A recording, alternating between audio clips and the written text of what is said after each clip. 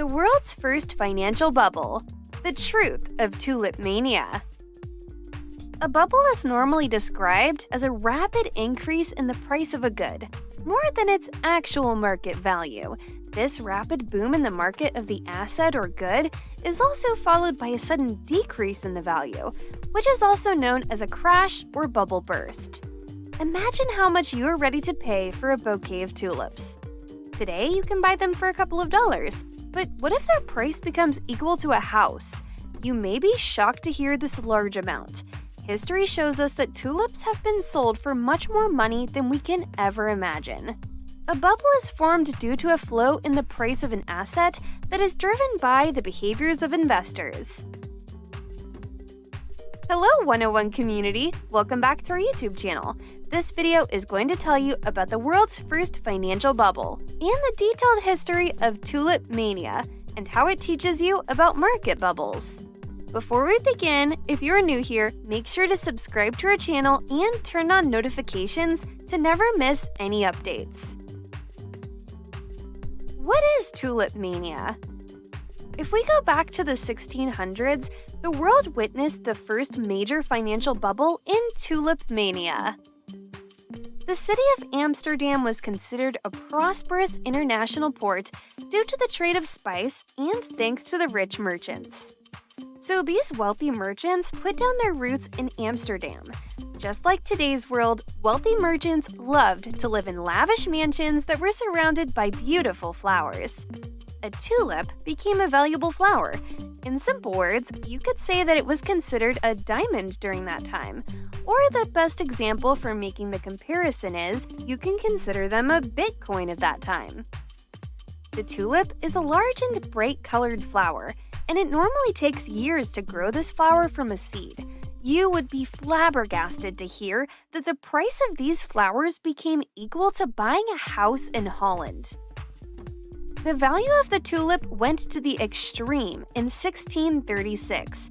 The value of a single flower went up to 150 florins, and if we compare that value with current value dollars, it becomes $25,000. This value was more than 10 times that the expert craftsman made during that time. One thing is for sure, no one would ever be ready to buy this flower for $25,000 in today's world, but things were not the same in the 17th century. The owners of these flowers were expecting to make more profits than the last. The excitement and craze among the people went higher and higher, and that resulted in price fluctuation. Imagine when anything becomes valuable. Many people try to buy and hoard it to make it more expensive. A virus changed the entire game. It damaged the pigmentation inside the flower, the petals created exclusive and more beautiful colors, and the traders of tulips became crazy about the diseased tulips.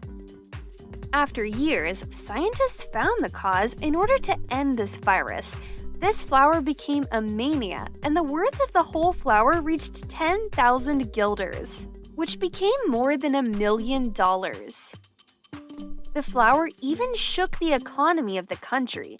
Many flowers, including tulips, are mostly associated with Holland.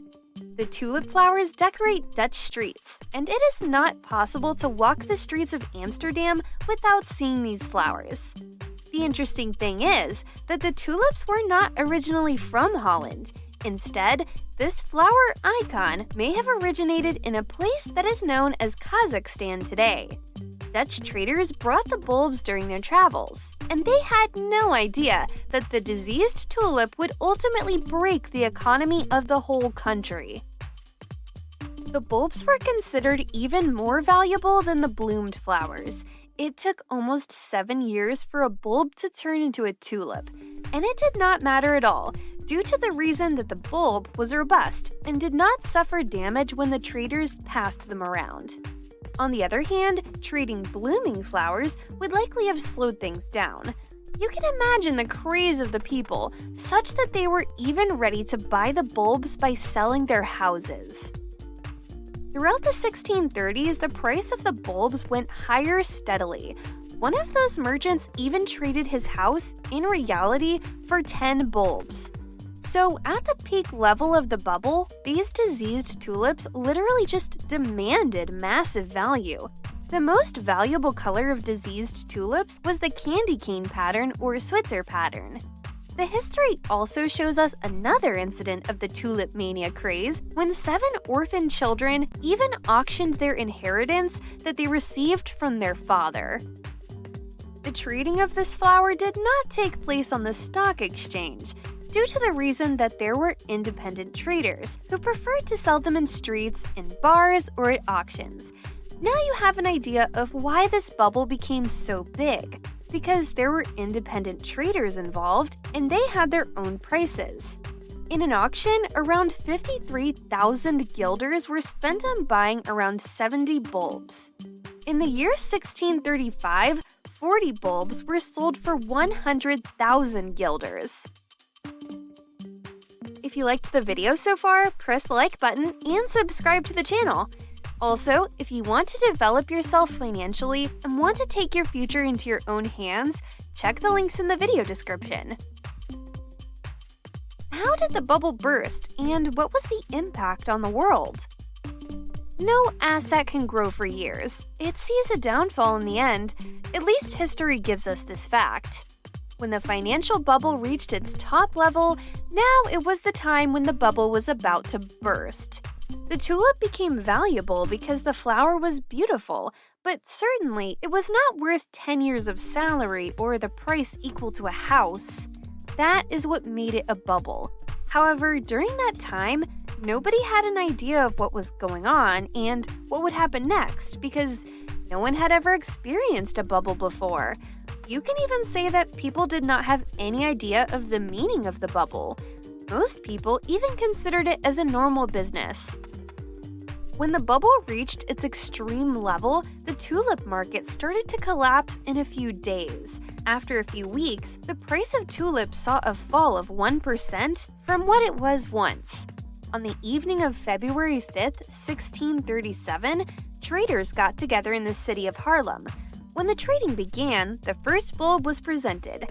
However, it was small. It was a valuable breed of tulip, but was not the most valuable, so it was sold for 56 guilders, which was equal to 2 months of salary for a carpenter. During that action, another man showed a tulip, which was also not mature. This time, it wasn't a piece of paper that was actually a contract that said that the owner of this contract would be able to take the 5-gram bulb. At first, nobody made an offer because they thought that they would not make a profit from it, and they were also not ready to take the risk. Ultimately, an offer was made, but it was much lower than the expectation, so it sold for 10 guilders. Now, this was the time when the bubble started to burst. A man also offered a 50-gram bulb, but no one was ready to buy it. Ultimately, it was sold for a much lower value, and people became so nervous about the sudden drop in the price, so they decided to sell the tulips soon, instead of waiting for the price to drop even further. When more traders started selling them, the price immediately went down. In order to compete with other traders, they had to lower their prices more and more. So even within one day, the price of the tulip dropped by about 95%. Now, imagine what would happen if the price of tulip flowers dropped by 95% within one night. This downfall even affected the markets of other cities, so the traders rushed to sell their tulips. After 4 days, the market crashed and the bubble burst across the country. What can we learn from tulips to understand about market bubbles today? Now, if we talk about today's world, we have experienced this bubble many times.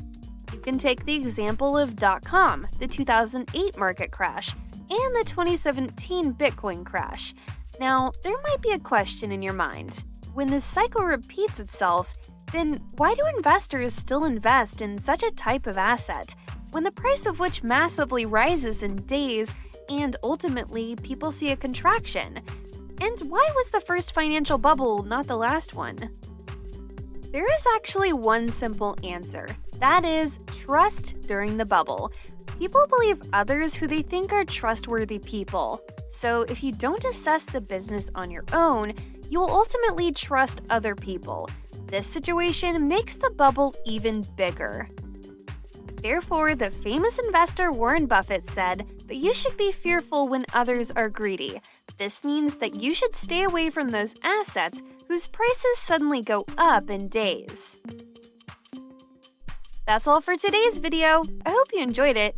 If you want to see more videos like this, subscribe to our channel and click on the bell icon so you will be notified of every update.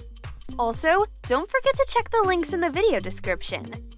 And while you are here, I'm sure you want to continue on the path of financial education. Click to watch the video appearing on your screen right now. I will see you there. Take care and stay tuned.